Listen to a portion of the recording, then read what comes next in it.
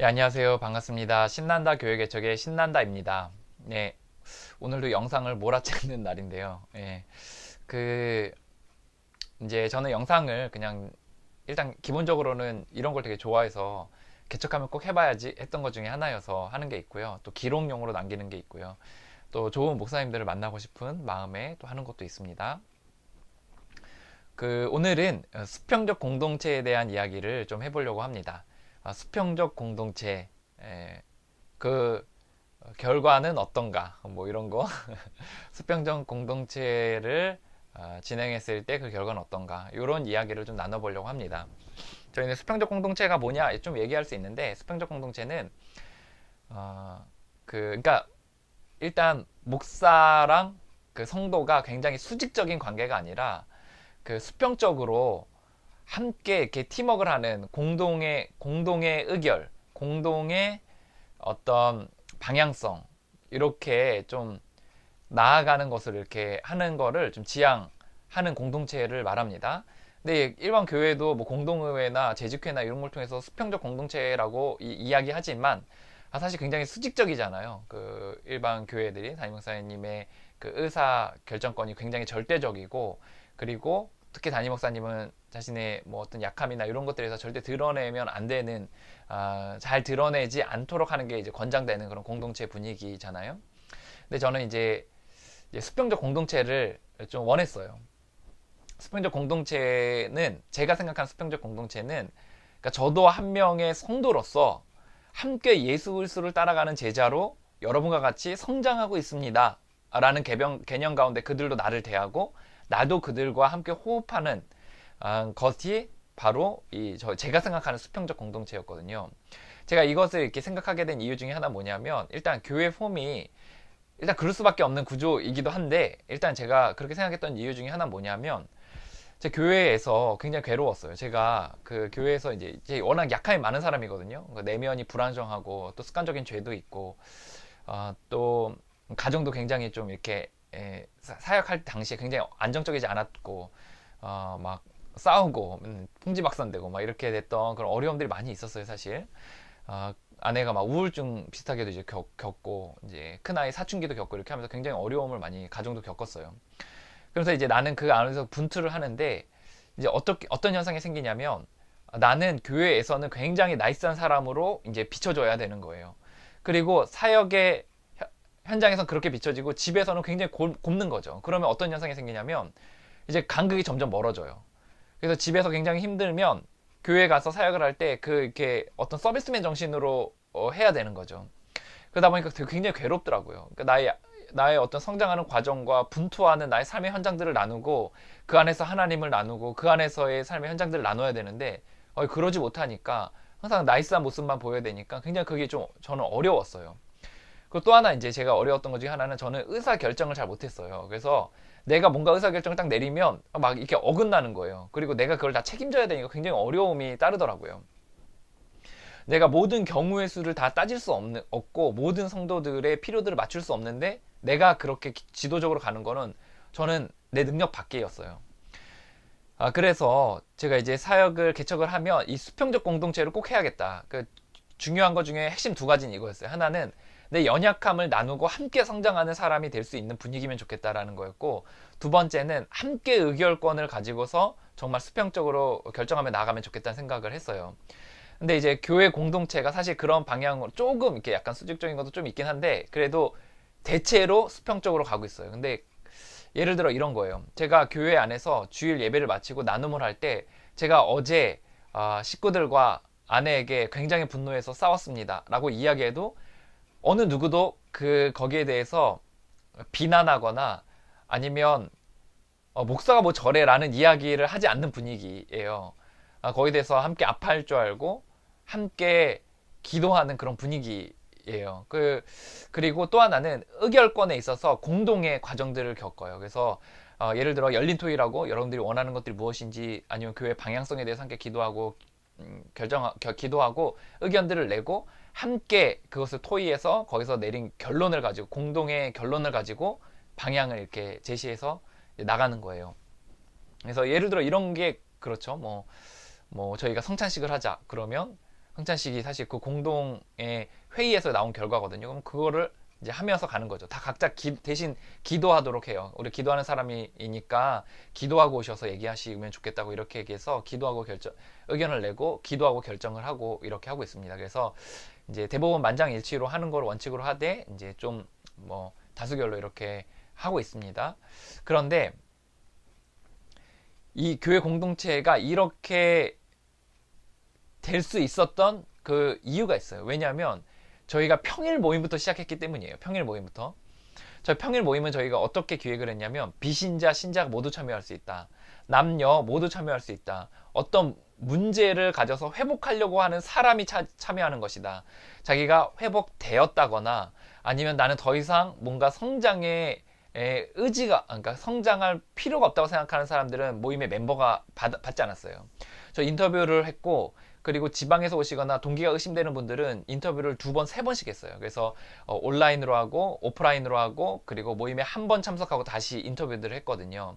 그래서 그런 과정들을 겪으면서 그 사람들이 이제 들어오도록 해서 이제 거기서 정말 성장하려는 사람들이 이제 들어온 거죠.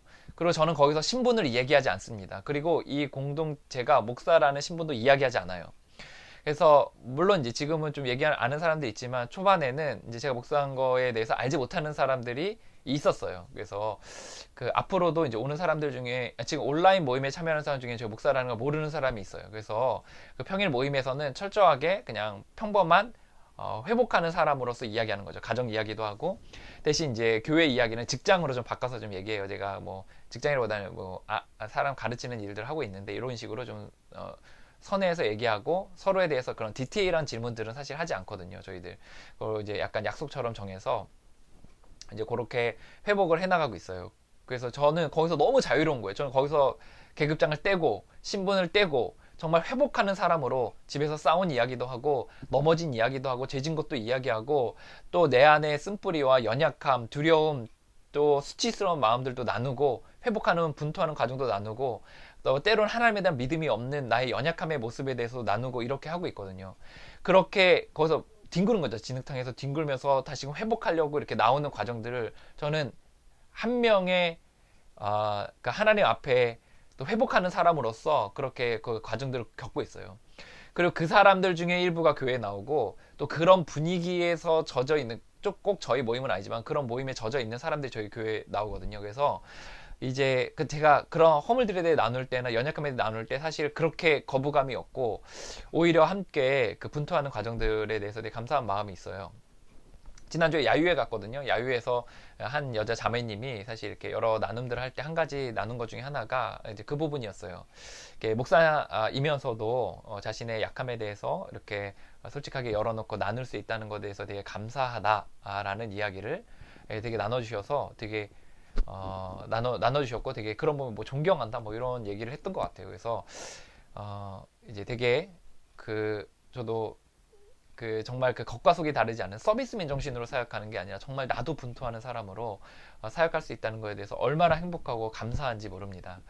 그리고 아내가 또 거기 참여하고 있기 때문에 또 아내도 이제 그곳에서 이제 사모로서가 아니라 그냥 성장하는 사람으로서 거기서 남편과 싸운 이야기도 하고 아이들 때문에 힘든 이야기도 하고 내면에 또 믿음 없음에 대한 연약함에 대한 이야기도 나누면서 회복하는 과정들을 이렇게 겪고 있어요. 아내도. 그래서 이제 그런 어떤 평일 모임이 있었기 때문에 그렇게 열린 마음으로 참여하는 게 좀 가능했던 것 같습니다. 그리고 또 하나 결정권에 있어서도 어떻게 교회 공동체가 이렇게 수평적으로 할 수 있었냐면 평일 모임에 영향이 있어요. 평일 모임에 제가 회장이 아니고 저는 그냥 일개 그냥 멤버거든요. 그리고 회장이 있어요. 또 따로 그 담당자들이 사회자와 서기 뭐 이런 분들이 있어요. 그래서 회의를 결정하면 저는 그냥 투표권 하나밖에 없어요. 제가 사전에 뭔가 설득하는 작업을 하지도 않고 물론 이제 뭐 가끔 이제 뭔가 이렇게 꼬시는 건 있죠. 제가 요번에 몽골 갈 때 제가 가자 막 이렇게 해가지고 이제 떼거리를 모아서 갔던 적이 있었는데 어쨌든 전체적으로는 제가 그런 거 잘 하지 않거든요. 그래서 그냥 투표권 하나여서 이제 의견을 따르고 결정하고 이제 가게 되는 그런 구조가 있어요. 그리고 제가 너무 말을 많이 하거나 내가 주도적으로 가면 사람들이 거기에 대해서 제재를 가하는 정도의 그런 분위기예요. 그래서 제가 거기서 이제 멤버로서 참여하는 게 훈련이 돼 있고 또 멤버들도 훈련이 돼 있고 그런 상태에서 그런 사람들이 교회에 오니까 이제 제가 막 주도적으로 교회를 이끌어가는 거에 대해서 좀 이렇게, 이렇게 어느 정도의 그 이제 자체적인 그 정리를 할 수 있는 그런 분위기가 되는 것 같아요. 그래서 이런 이제 장점들이 있는 거죠. 그래서 지난주에 그 야유회 가서 그 자매님이 두 가지 얘기했는데, 하나가 이 열린 마음으로 이렇게 교육자가 나눠줘서 감사하다라는 거랑, 또 하나는 자기가 되게 춤추고 싶고 되게 이렇게 열정이 많은 사람인데 이런 부분에서 이렇게 함께 그 의견을 냈을 때 받아준 거에 대해서 얼마나 감사한지 모른다라는 이야기를 나눴어요. 그래서 저는 그런 전략들이 주요했다 이렇게 생각을 하고 있고, 무엇보다 이제 제가 제일 좀 편하게 행복하게 좀 목회할 수 있는 것 같아서 그 수평적 공동체 이런 장점들이 있는 것 같습니다. 단점이 있는 것 같아요. 단점은 뭐냐면, 제가 연약함을 이렇게 나누고 뭐 이렇게 하는 거에 있어서 하다 보니까 이게 제가 그 이제 어느 정도 시점이 있었거든요. 시점이 돼서 정말 회복은 이렇게 하는 거구나라는 딱 확신이 딱 들 때가 있었어요. 그 전까지는 약간 마이너스에 좀 더 가까웠거든요. 우울함이 좀 더 많았고, 이렇게 나눌 때도 좀 더 문제의 중심으로 이렇게 나눴어요. 그럴 때는 만약에 해결책에 대해서 정말 딱 이렇게 확신이 서지 않은 사람이 이렇게 그런 교육자가 이렇게 만약에 그런 식으로 하게 되면 이렇게 좀 이렇게 뭔가 모임이나 교회 자체가 디프레션 될 확률이 굉장히 그 그러니까 그럴 확률이 높다고 생각이 들거든요.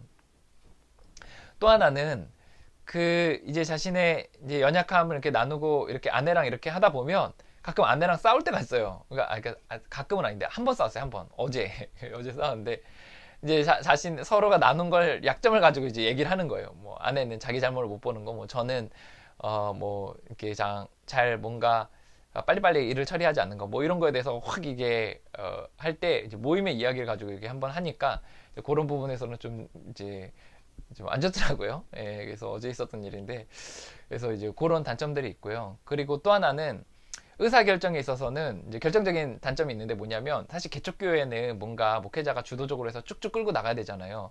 성도들이 성숙한 것도 아니고 막 이렇게 하니까, 그러니까 뭔가 성숙이라기보다는 뭔가 신학적으로 잘 정립된 건 아니니까, 또 하나가 연결되지 않은 사람도 있잖아요. 그래서 그런 부분에서 개척교회에서 그렇게 하기는 좀 어려운 부분도 있는 것 같거든요. 산으로 갈 확률이 높겠다라는 생각도 막 들어요. 그래서 내가 하고 싶은 거, 꼭 하고 싶은 것들도 있는데, 그것들 꼭 하고 싶은데 이제 막 다 이거 막 번거로운 작업들을 거쳐야 되니까 굉장히 좀 어렵더라고요. 그래서 내가 하고 싶은 거 못하고 하기 싫은 거 해야 될 때도 있고, 그래서 저는 막 예배 시간에 춤추고 막 이런 거 막 되게 힘들어 하거든요. 근데 이제 결국 결정이 됐어요. 그래서 뭐 이렇게 춤추는 거 아니지만 좀 이렇게 그래도 좀 밝게 이렇게 뭐 가끔 댄스도 하고 뭐 이렇게 율동도 하고 이런 것들을 이제 하기로 해서, 뭐 그런 것도 하기 싫은 거 해야 되고 하고 싶은 거 하지 못할 때가 있다는 거에 대해서 저는 좀 이게 뭐 단점이라기보다는 좀 답답한 부분들은 좀 있더라, 이런 생각이 들었습니다. 이제 수평적 공동체를 이제 할 때 주의점이 있는 것 같아요. 수평적 공동체를 할 때 제가 생각할 때는 수평적 공동체 할 때 주의점, 안 해본 사람은, 수평적 공동체 경험해보지 않은 사람이 섣불리 달려들었다가는 이제 이게 어려움이 있는 것 같아요. 왜냐하면 수평적 공동체 하려면 자기를 이렇게 죽이고 다른 사람들 이야기를 듣고 이제 또 그걸 반영하고 이런 아주 인내심이 깊은 과정들을 겪어야 되는 것 같거든요. 그래서 그게 어느 정도 열매로 나왔을 때 이렇게 좀 되게 좀 수월하게 갈 수 있는 부분인데, 사실 우리가 통제하려는 욕구들이 굉장히 강하잖아요. 또 주도적으로 끌고 가고 싶은 욕구들이 강하고, 또 교회가 잘못되면 어떡하나 두려움들이 많기 때문에 사실 그 수평적 공동체의 분위기를 형성할 때 그게 받아들여진다기보다는 참는 경우들이 많은 것 같아요. 그래서 나중에 폭발하게 되고, 그래서 이렇게 참다가 에라 모르겠다 이렇게 해가지고 그냥 이렇게 가죠 막 이렇게 가는 경우들이 좀 많이 있는 것 같죠. 그런 것 같더라고요. 수평적 공동체 하다가 실패하신 분들이. 그리고 또 하나는 지혜가 좀, 유두리가 좀 필요한 것 같아요. 그래서 저도 좀 유두리 있게 하는 게, 모임에서 100%다 나누진 않아요. 제가 후원자가 있거든요. 후원자 1대1 후원을 맺고 있는 제 리더가 있어요. 그래서 그런 후원자에게 나눠야 될 아주 뿌리 깊은 이야기들이 있고, 모임에서 나누는 이야기가 있고, 교회에서 나누는 이야기가 있어요. 그래서 종류가 약간 달라요. 그래서 후원자하고는 100%내 밑바닥까지 완전히 다 드러내서 이야기할 수 있고, 저는 1대1의 관계에서는 평일 모임에서는 후원자에게 이야기할 거 말고 내 삶에 대한 이야기들을 나누고, 교회에서는 또 모임과 다르게 어떤 그 약간은 너무 막 이렇게 밑바닥을 드러내는 것보다는 조금은 이렇게 좀 순화해서 좀 이야기하는 부분들이 좀 있는 것 같아요. 그래서 그 유두리들이 좀 필요하다 이런 생각이 들고, 또 의사 결정할 때도 유두리가 좀 필요한 것 같아요. 그래서 좀 어떻게 좀 하냐면, 저는 대부분 다 이렇게 열린 토의로 다 이렇게 의견들을 반영을 하고, 예를 들어 예배나 아니면 뭐 예배도 사실 이렇게 의견들을 반영했어요. 저는 약간 수도원적 영성에 침묵기도 많이 하고 막 이렇게 막 예배 중에 렉시오 디비나하고 막 이런 거를 막 되게 아주 파격적으로 기획을 했었는데, 열린 토의로 했더니 사람들이 너무 침묵이 길어서 힘들다 막 이런 얘기가 나오고 막 해서 이제 좀 이게 변경한 게 있었거든요. 근데 그래도 예배나 아니면 그 교회의 어떤 좀 굵직굵직한 부분들에 있어서는 사실 그냥 이렇게 물어보지 않고 그냥 내가 하고 그냥 이렇게 하는 거다 이런 식으로 해서 그냥 좀 가는 부분들이 있어요. 초창기에는 초반에 있었어요. 그래서 성찬식 같은 경우에도 어떻게 할까 물어보지 않고 그냥 하자는 거는 이제 의견을 받았지만 어떻게 할지에 대해서는 전적으로 제가 다 기획을 하고 준비를 했거든요. 그래서 그런 부분에서 이제 그 좀 이렇게 유동성 있게 유연성 있게 좀 할 필요가 있겠다라는 생각이 좀 들었습니다. 저는 수평적 공동체든 수직적 공동체든 자기에게 맞는 거로 하는 게 제일 좋겠다라는 생각이 들어요. 그리고 자기의 몸에 맞을 뿐만 아니라 자기의 신학적인 부분에 있어서 맞는 거를 택하는 게 좋겠다는 생각이 들고, 저는 수평적 공동체가 저는 사실 개인적으로는 더 맞다고 생각을 해요. 제 몸에도 맞고, 그리고 그 그냥 이렇게 공동체를 꾸려가는 데 있어서도 좀 더 그게 더 유용한 방법이다라고 생각하긴 하거든요. 하지만 그 수직적 공동체에도 몸에 맞고 또 그것이 옳다고 생각하면 또 그렇게 갈 수 있는 거 아닌가라는 생각이 들고, 또 한국 교회의 많은 부분들이 사실 그 한 사람의 그 강력한 리더십을 통해서 그 공동체들이 이루어졌던 것을 좀 생각해 보면 또 그렇게 갈 수도 있겠다는 생각을 또 하게 됩니다. 그래서 어떤 것을 뭐 택하든 뭐 저는 이제 개인의 또 그 하나님과 기도하면서 개인이 결정할 부분이라고 생각이 들어요. 요약하면 그 수평적 공동체는 자신의 연약함을 나누어서 편한 부분이 있고, 의사 결정에 있어서 함께 결정하기 때문에 편한 부분이 있어요. 하지만 단점은 그 자신의 그 약함에 대해서 드러나다 보니까 이제 아내랑 싸울 때가 있다. 이게 약함이에요. 그리고 이제 또 이제 이제 어떤 의사결정할 때 있어서 이제 좀 주도적으로 가는 데 있어서 좀 시간이 걸린다라는 겁니다. 하지만 이제 수평적 공동체를 좀 경험해 보시고 또 그런 부분에서 익숙하시고 또 옳다고 생각하시는 분들은 좀 시간을 두고서 천천히 그런 것들을 좀 꾸려가시면 교회 공동체가 좀 아기자기하게 좀 수월하게 좀 갈 수 있지 않나 생각이 듭니다. 예, 좀 긴 영상이었는데요. 예, 어, 또 각자 또 맞는 방식대로 또 하나님께서 그 공동체에 은혜를 부어주실 줄 믿습니다. 예, 또 오늘도 또 각 골방에서 또 기도하시면서 또 사역의 현장에서 또 열심히 애쓰시고 노력하시는 모든 목회자분들을 정말 진심으로 존경하고, 또 기회가 되면 그런 분들을 이렇게 만날 시간도 있으면 좋을 것 같습니다. 네, 오늘도 모든 목회자분들 화이팅입니다.